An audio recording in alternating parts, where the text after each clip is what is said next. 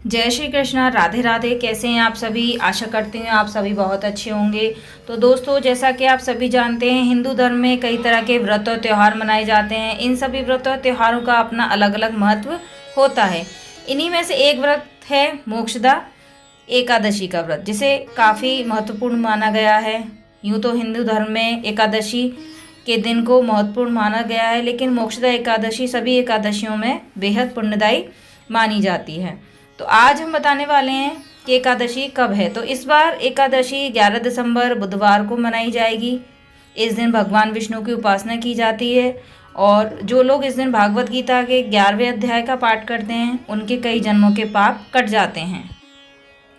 मोक्षदा एकादशी के दिन शाम को तुलसी के पौधे के सामने घी का दीपक जरूर जलाना चाहिए तथा इसके साथ ही ओम नमो भगवते वासुदेवाय नाम का मंत्र जाप करते हुए तुलसी के पौधे के आसपास 11 परिक्रमा जरूर करनी चाहिए, क्योंकि इस दिन तुलसी माता निर्जला व्रत रखती हैं। मोक्षदा एकादशी पर भगवान विष्णु की पूजा करते हैं तथा इन्हें पीले रंग के गेंदे के फूल चढ़ाते हैं। अगर गेंदे के फूल ना हो तो कोई भी पीले रंग का आप फूल चढ़ा सकते हैं।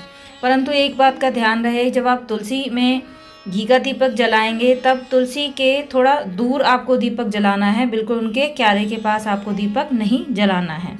तो आइए आगे हम सुनाते हैं आपको मोक्षदा एकादशी व्रत कथा, क्योंकि जिस दिन आप व्रत रहते हैं, व्रत के बाद एकादशी की कथा सुनना और मोक्षदा एकादशी की कथा सुनना बहुत ज़्यादा महत्वपूर्ण माना गया है। तो आइए शुरू करते हैं मोक्षदा एकादशी व्रत कथा। युधिष्ठिर बोले, हे देवेश, मुझे बड़ा संदेह है। इस कारण संसार के हित के लिए मैं आपसे पूछता हूँ, मार्गशीर्ष शुक्ल पक्ष की एकादशी का क्या नाम है? इसकी क्या विधि है? इसकी विधि मुझसे कहिए। श्री कृष्ण बोले, हे राजन, तुम्हारा प्रश्न बहुत सुंदर है। मार्गशीर्ष कृष्ण पक्ष की जो उत्पन्ना नाम की एकादशी है, वह मुर दैत्य को मारने के लिए मेरे शरीर से उत्पन्न हुई है, इसलिए मुझको बहुत प्रिय है। राजसत्तम मैं तुम्हारे सामने चर अचर तीनों लोकों के हित के लिए इस एकादशी का वर्णन करूंगा। इसका नाम है मोक्षदा। यह सब पापों को हरने वाली है। इसमें दामोदर भगवान की अच्छी तरह पूजा करें, तुलसी की मंजरी और धूप दीप से अच्छी तरह भगवान की आराधना करें।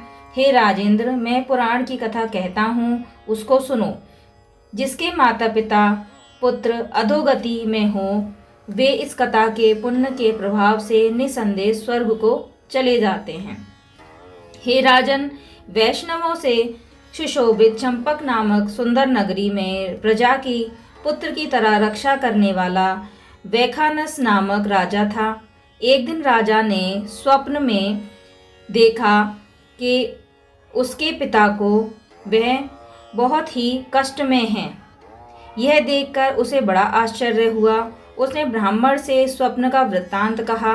हे ब्राह्मण, मैंने स्वप्न में अपने पिता को नरक में पड़ा हुआ देखा है। पिता ने मुझसे कहा कि हे पुत्र, मैं अधोगति में हूँ, मेरा उद्धार करो।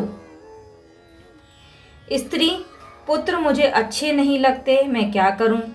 हे ब्राह्मणों, जिसके द्वारा मेरे पूर्वजों को मोक्ष हो जाए, ऐसा दान व्रत तप योग कुछ बतलाइए। जिसका पिता नरक में है, उस बलवान पुत्र के जीवन में क्या लाभ? उस पुत्र का जन्म व्रत है। ब्राह्मण बोले, हे नृप, यहाँ पर्वत मुनि का आश्रम पास में है, उनके पास आप जाइए। वे भूत भविष्य वर्तमान सबको जानते हैं। वह राजा उनका वचन सुनकर मुनि के आश्रम में गया। वह आश्रम शांत प्रकृति के ब्राह्मण प्रजा और मुनीश्वरों से सुशोभित था। राजा ने वहां जाकर पृथ्वी पर साष्टांग प्रणाम किया। मुनि ने राज्य के 7 अंगों की कुशल पूछी और कहा कि तुम्हारा राज्य निसंकट है। तो राजा बोला कि हे विप्र, आपकी कृपा से सब कुशल होने पर भी कुछ विघ्न उपस्थित हो गया है। हे ब्राह्मण, मुझे कुछ संदेह है, उसको आप दूर कीजिए। पर्वत मुनि राजा के यह वचन सुनकर नेत्र बंद करके भूत भविष्य की सोचने लगे। फिर राजा से बोले, हे राजेंद्र, आपके पिता के पाप को मैंने समझ लिया।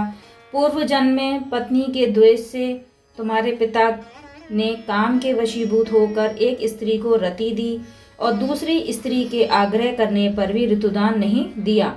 इस कर्म से वह नरक में पड़ा है। राजा बोला, हे मुनि, किस व्रत और दान से उस नरक से मेरे पिता का उद्धार होगा, यह उपाय मुझसे कहिए।